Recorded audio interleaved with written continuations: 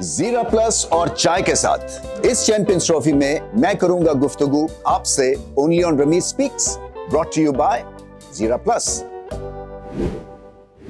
अफगानिस्तान को अगर क्वालिटी की टीम बनना है तो सबसे पहले तो हर सरफेस पे कंपेटिटिव होना है। आज क्या हुआ, ये जो पिच थी ना, मैच से पहले सारे प्लेयर्स, मैनेजमेंट जो है वो पिच को इतना घूर रहे थे, गौर से देख रहे थे कि जैसे कि पता नहीं क्या बला से टकरने वाले हैं। वो माना कि इस पे घास था, और ये by the way Australian clay था। जब मैं पीसीबी में था और पिचेस का हाल बुरा था, तो फिर एक तरह से जिसको कहते हैं ना कि एसओएस के तहत ये क्ले जो है ये वेस्टर्न ऑस्ट्रेलिया वैका से मंगवाई गई थी। और अच्छी बात और खुशी की बात ये है कि ये काम कर गई, क्योंकि सरफेस में थोड़ी सी जान भी थी, ऊपर नीचे भी नहीं खेले। ये पहला मैच था, कोई फर्स्ट क्लास मैच इस पे नहीं हुआ था। और इसमें घास भी था, इसमें क्रैक्स भी थे, आगे चल के इसमें बाउंस भी आएगा।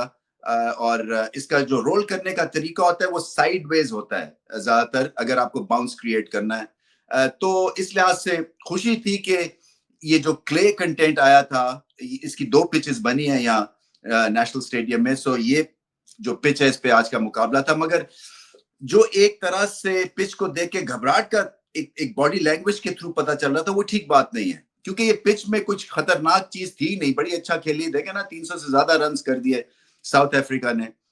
सो एडवांटेज तो नहीं था, क्योंकि गेंद ज्यादा स्पिन नहीं हुआ अफगानिस्तान के बॉलर्स के लिए। मगर फिर भी मुझे ऐसा लगता है कि अब ये ऐसी टीम है जो कि एस्टेब्लिश टीम्स को इनसे खतरा, इनसे डर लगता है। तो अपने आप को इनको बैक करना है, और स्ट्रैटेजी ऐसी होनी चाहिए जहां पे ये किसी ना किसी तरह से ये जो है वो compete करते रहें against teams like south Africa for example, या टॉप टियर की जो टीम है। अब चलते हैं जीरा plus moment of the match की तरफ।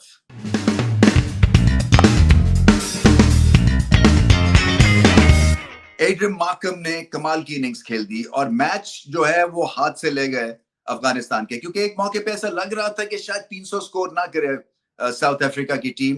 मगर 36 बॉलों में 52 रन की इनिंग्स, चौके भी थे, उसमें छक्का भी था, और पावरफुल हिटिंग दिखने में मिली।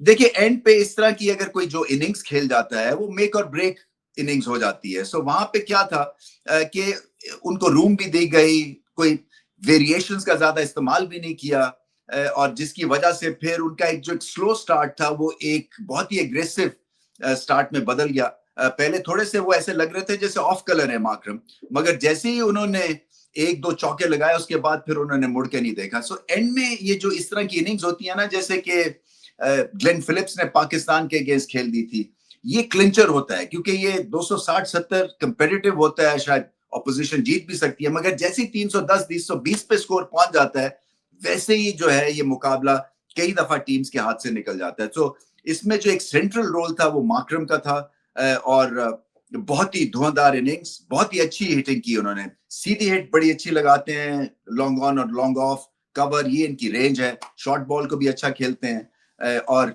मिलर थोड़ा सा फंस गए थे, जल्दी आउट भी हो गए। सो उनके जाने के बाद बड़ा जरूरी था कि मार्करम जो है वो पेस के साथ इनिंग्स को मेंटेन करे, और बहुत ही शानदार 50 किया इन्होंने। चले चलते हैं Toyota most reliable player of the match की तरफ।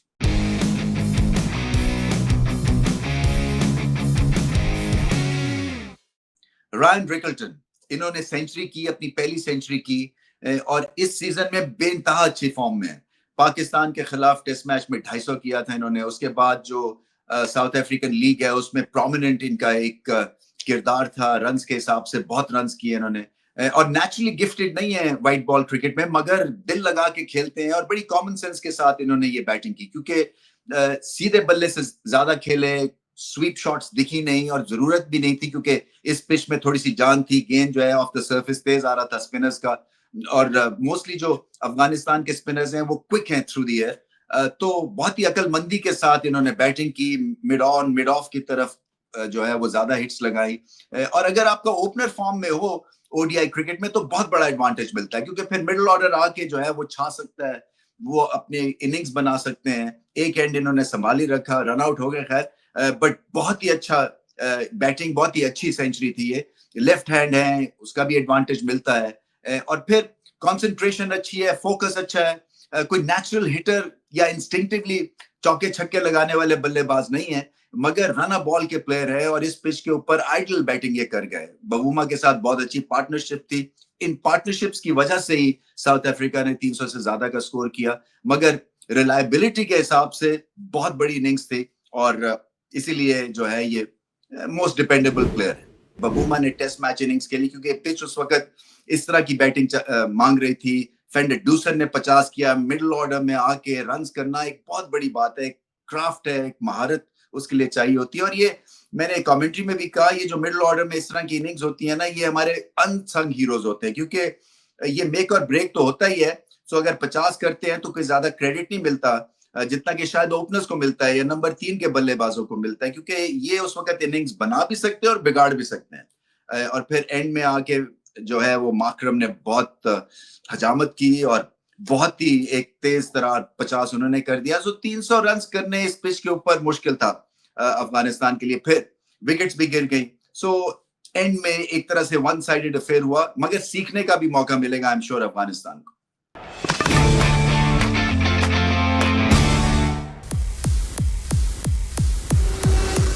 35 years of proven reliability.